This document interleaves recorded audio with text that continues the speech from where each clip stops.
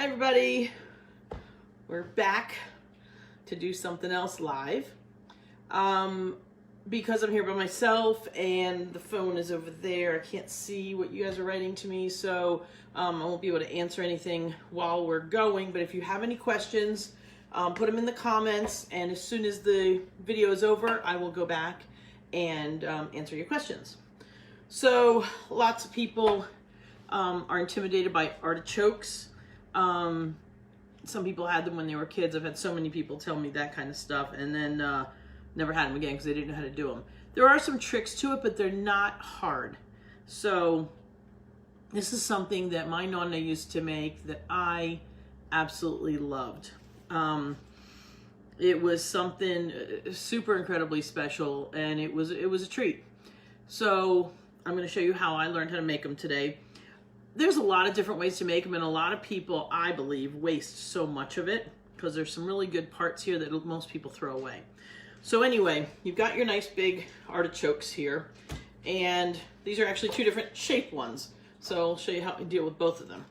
First of all, you're just going to take, now realize that all the tips have little, sometimes they have like little spine, they're spiny a little bit, so sometimes they're kind of sharp, but they're usually manageable.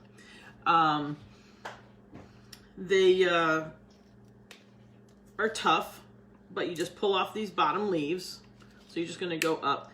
Now, you know, it's funny because every time I do something on my own, I go and watch videos, I watch other people do it, and I swear they take off way too many leaves at the bottom. Because these outer ones are more woody. This is actually the flower of the plant, and when they're on a plant, and if you let them go, they bloom and they open up, they're real big and pretty. But these outer ones are definitely tougher. But even so, once they cook, the ones on the inside, all this part here is edible. You scrape it with your teeth, which I used to love to do. The further out they are here, the tougher they are, and there's only a little teeny bit to scrape at the bottom. But there's still a little bit, a little bit to scrape at the bottom. So to me, it's worth, keeping some of them. So I take off the bottom few.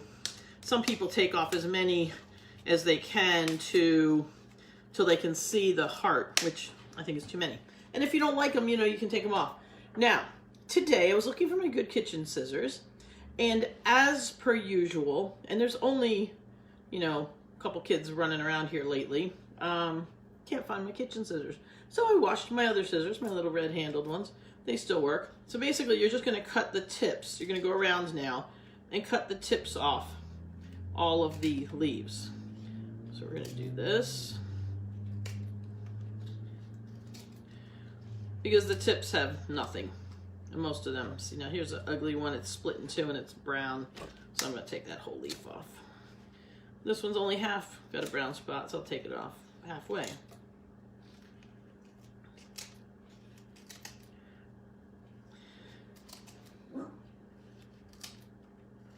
Okay, once I get up, half to 3/4 of the way up, you're going to see the top, the very tippy top here then is quite a bit. So you can either keep snipping away, which takes more time.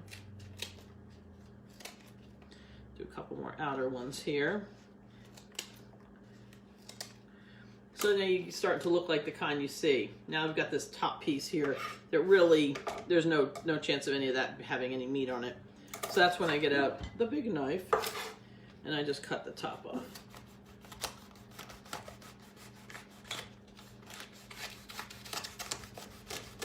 There's your muscles. That's why I got such good arms. Okay. So now I've got this. Now realize something, that artichokes oxidize very quickly.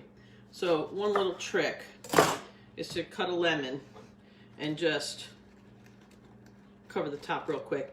It won't turn brown. Okay, so now what we're going to do is we're going to kind of open this up a little bit.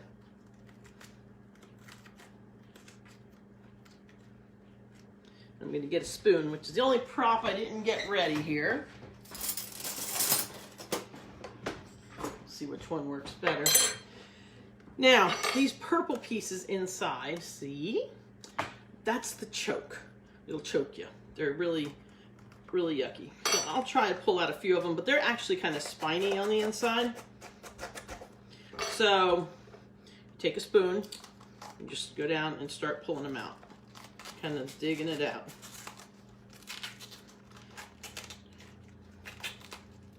If you don't take these out, these bottom pieces down here underneath are really, they're really choky, and they can, actually we're not even to the choke part yet, because the top of the heart underneath is covered in these little spines. So we're just pulling these pieces out, and they almost look, if I can see, if I can get so you see it, it's almost like furry at the bottom. All right, so now I'm gonna pull out all these inner, ouch, see, they're spiky at the very bottom. So once you get through these inner pink purple kind of sharp leaves, you're gonna get to the very, see, I'm really opening this baby up now. And you're really gonna scrape it. Aha. Okay, see all the fur that just jumped out on me? All this like fuzzy stuff, it's not soft. It's actually very spiky. So you wanna get that whole little layer out. Now, I will tell you this. Sometimes I cheat, and I will cut all this part out first, and I will parboil these very quickly. I really don't like doing it that way because I feel like they get a little bit overcooked. But if you parboil it, see all this gunk that's coming out? If you parboil them, then this whole inner choke comes out really, really quickly. Okay, so now, and you can just kind of see it, and it's kind of fun because you scrape it off the core there.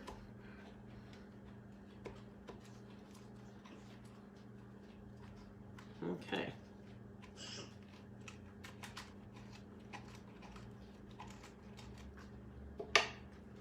All right, I think I got it all out.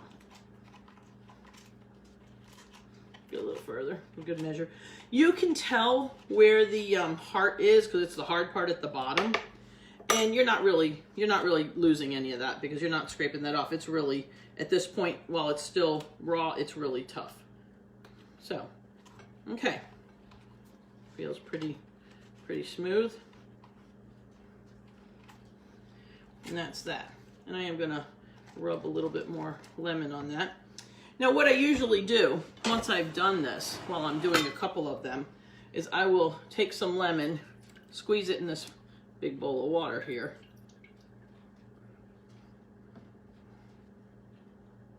Okay. And then I will soak them in there. Now before I do that though, the other part that often gets wasted is the stem. I'm gonna cut it off. Okay, and I'm gonna put some lemon on the bottom here. Not that it really matters, you know what? And I'm gonna put this face down in the water. But what I like to do with this, excuse me, is cut off the tip that's yucky, and then just peel it with a little paring knife. All this inner white part here, with a little teeny light green on the inside, it's basically just like the heart. It's more heart. Have some heart. So now I take these pieces, put them in the water too, and I'm going to do the other one. So this one I'm actually going to take that stem off first. So these are the best.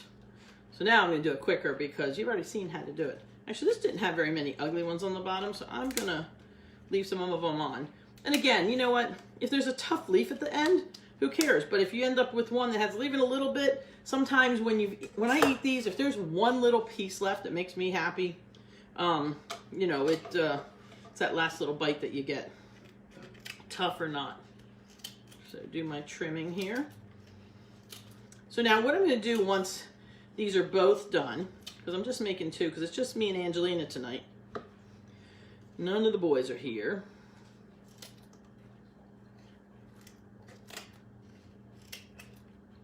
All right.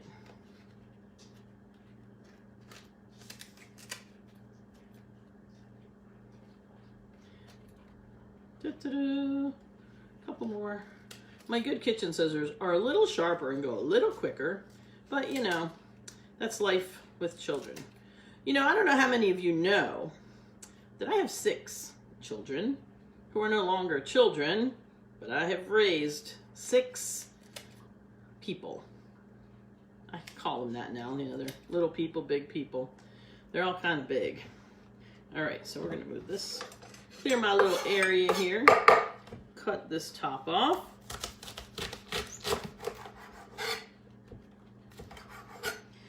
Love big knives, they're the best. And I'm gonna open this one up. There we go. Pull out some of the middle. Ouch. Nice. And get my little handy dandy spoon and start scraping out this middle too. Oh, this one's coming out nice. There's all that stuff coming out at once.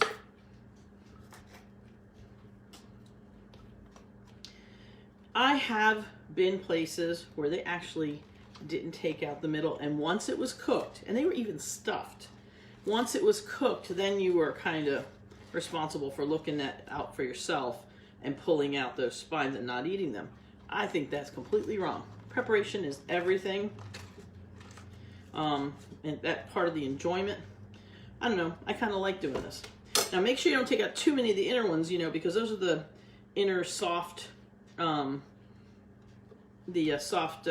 leaves, which are always like, you can practically eat the whole thing because they're so tender.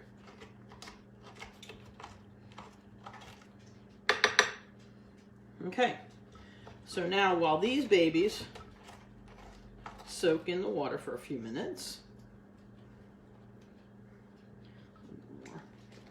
a little bit, and then put it in the water, a little bit on the top. Okay, so they're ready. So now what I have is my little pot that they're eventually going to go in. I have some chicken broth that I had frozen in the freezer. So I'm going to put them in some broth in a minute when they're ready to go. And I'm also going to, what my grandmother always did was in the bottom, underneath the artichoke, she always cooked some verdura. So verdura is greens. So I'm hoping that, I have a little bit of kale. I'm not hoping that. I'm hoping that I've got plenty here actually. Actually, I probably have too much for that little pot, but that's okay. So I'm gonna take a moment. Oops, I gotta do my other stem. Okay, watch this. Quickie and trash can. Clean as you go, it's so much easier. Believe me, I'm not that good at it, but I try.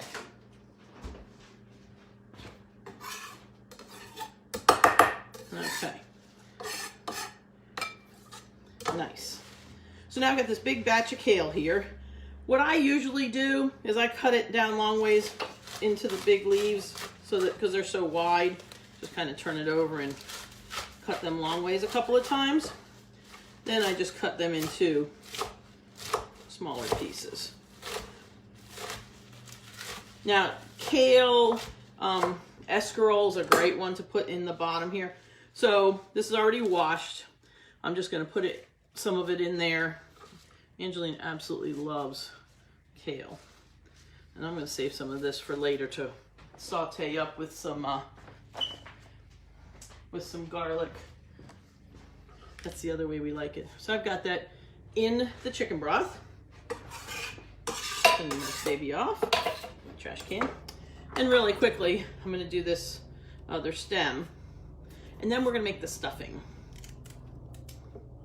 which is something you can use for everything. So pay attention to the whole really hard stuffing recipe.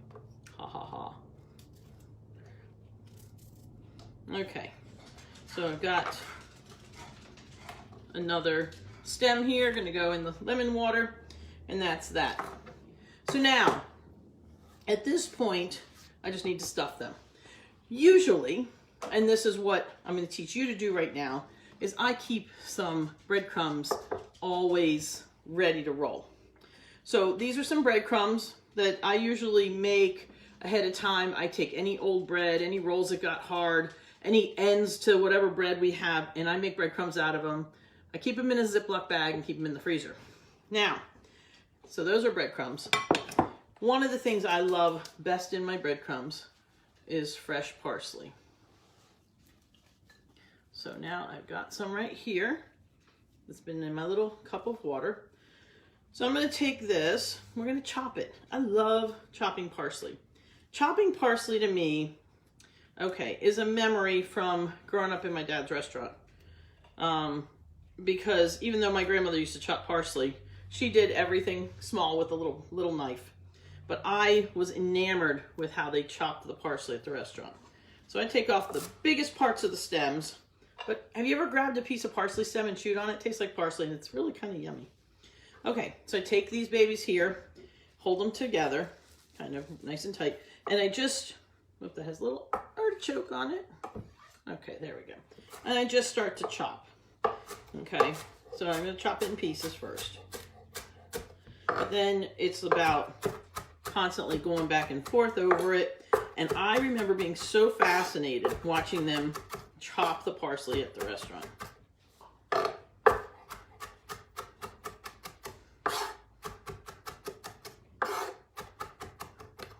So it's kind of fun. And then, you know, you just kind of go around and have circles there until you have all this nicely, finely minced parsley that smells so good right now. Love this.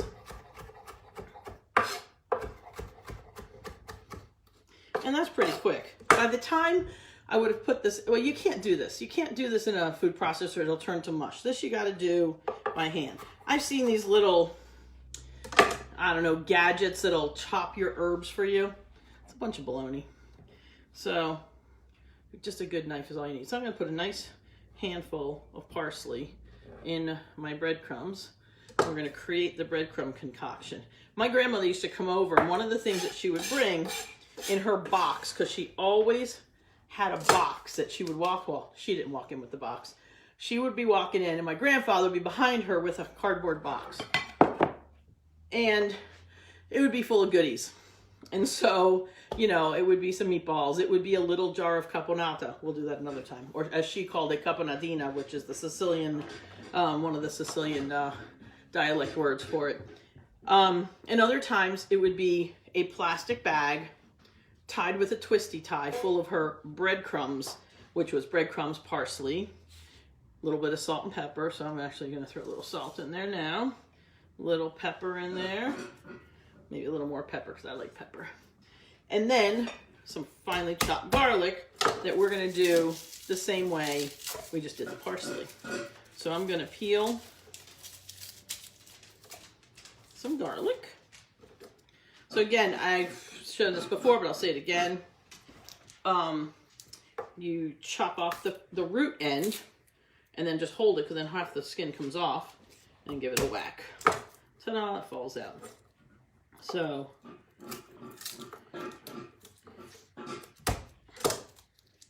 there we go.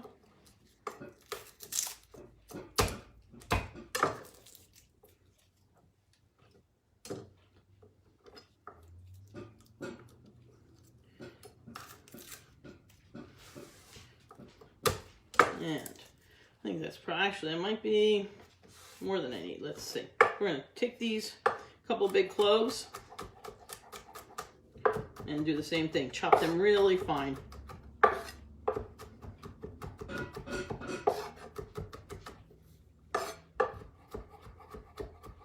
And, and you know, just pull, always just pull it toward you, make your little pile tighter, and then just keep going over it.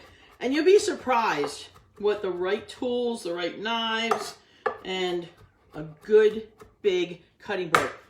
Do not get a cutting board that's this big. It is worthless. You know, unless you're a bartender and all you're cutting up is some lemon wedges, forget it. And this is so much more fun, so much more satisfying. So besides using this breadcrumb concoction, I'm going to put these nice little pieces of garlic in here. Now, in a pinch, hold on. let's just say you don't feel like chopping garlic, or you want to do it faster.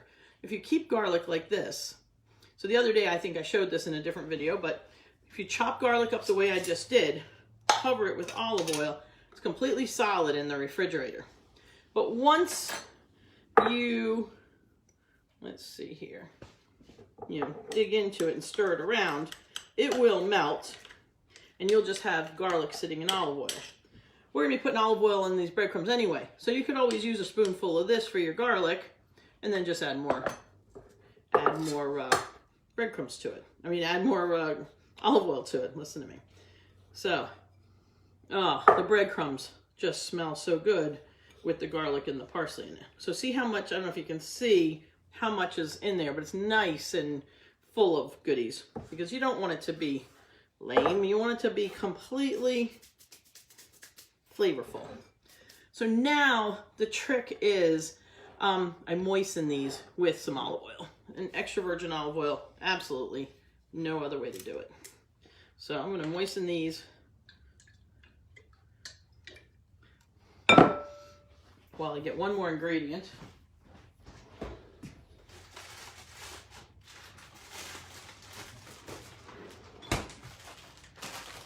Which is the secret, best secret ingredient of them all. Aha.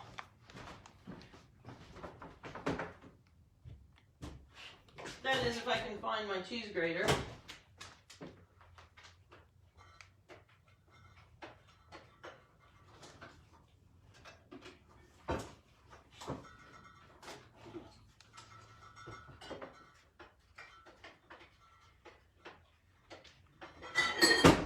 Well, somebody doesn't want me to make this dish today because two cheese graters are missing.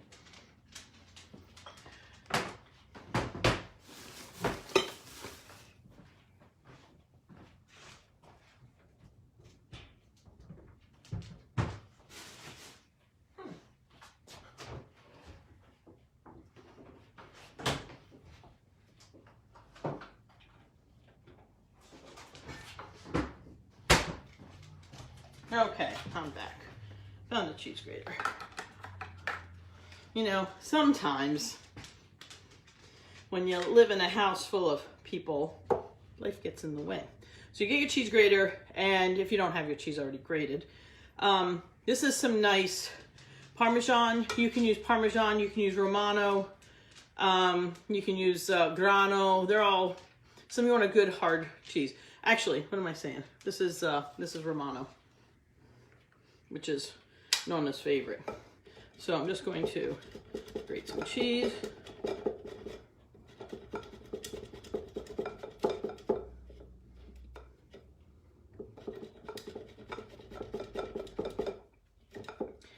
My favorite.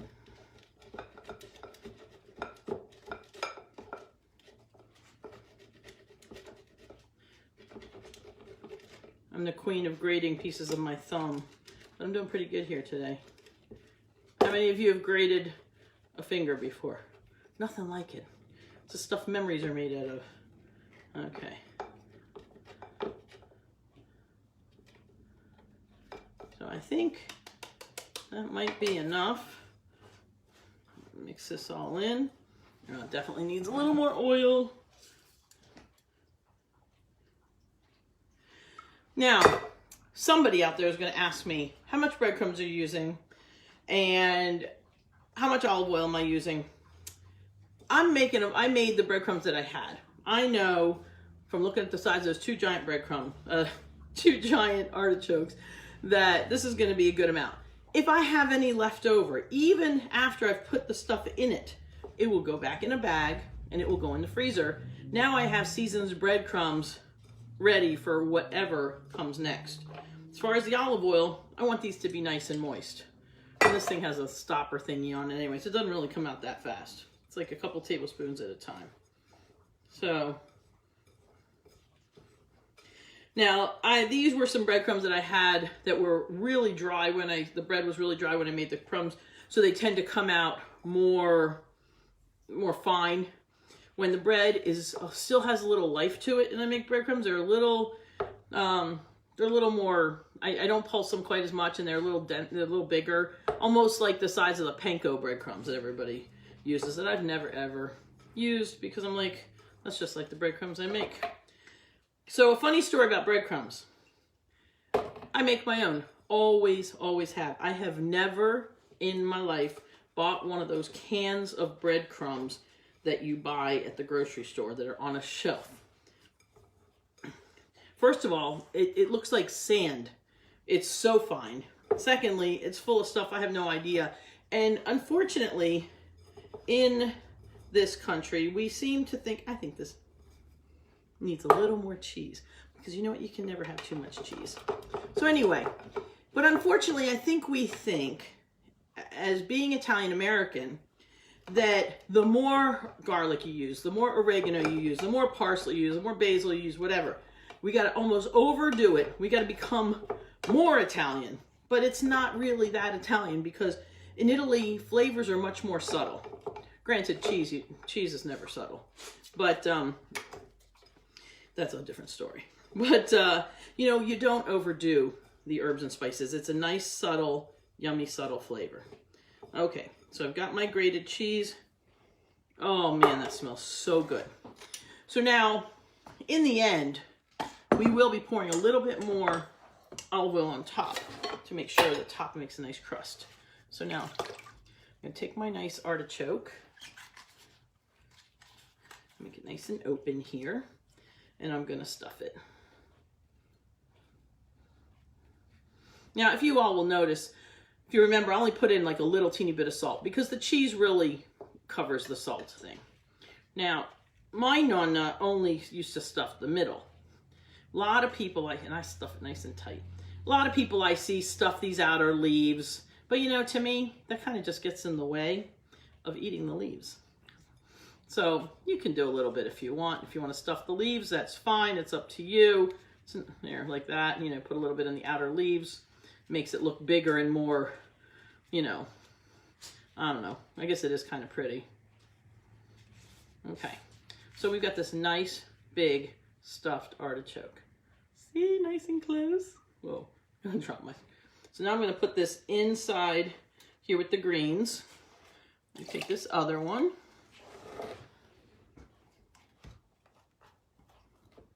Get my, this one's a little narrower than that one. And fill this baby up too. Make sure you stuff it nice and tight, because when you cook these then, and as you're going along, take a little bit of that broth underneath and drizzle it on top while they're cooking. I'm gonna put a little. All right, so now I'm being fancy just because on video it does look kind of pretty that way. Okay. I've got these two big, beautiful stuffed artichokes. So just squeezing in there. There we go. Putting the broth, the greens on either side. I'm going to just take these two stems. I'm going to cut them in half so that there's 4 pieces instead of just 2. And stick them down in the broth. Let them cook as well.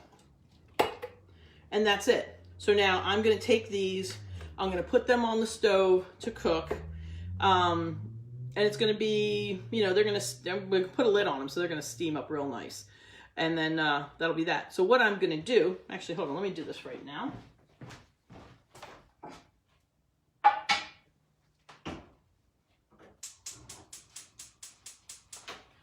And just going to rinse the hands off really quickly.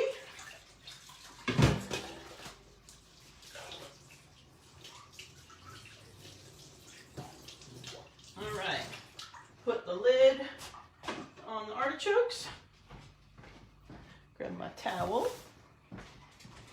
And that is my nice messy counter. And so I still have some breadcrumbs left. I'm going to put those in a Ziploc bag, and those are going to go in my freezer once again. So, and breadcrumbs, you can't, you know, freeze, unfreeze too many times. These were actually in the refrigerator because I just made them the other day. But you can keep those in the freezer, and they stay as long as you need them. Sometimes I pull a handful out, and sometimes I take out the whole bag. But these now are already seasoned, so I can stuff anything else with these. I can stuff green peppers. I can stuff little eggplants, you know, like those little mini ones are really cute. The little, I think they're the Chinese ones. Those are cute too. You can stuff those. Or you can just use this as a breading. So that's it right now. What I'm going to do is I'm going to sign off at the moment. And I'm going to come back in about a half an hour live again to show you what they look like finished. All right? So, and if there's any questions on here, put them on here now. And when I come back in half an hour, you can get the answers. Okay? I'll see you in a bit. Ciao.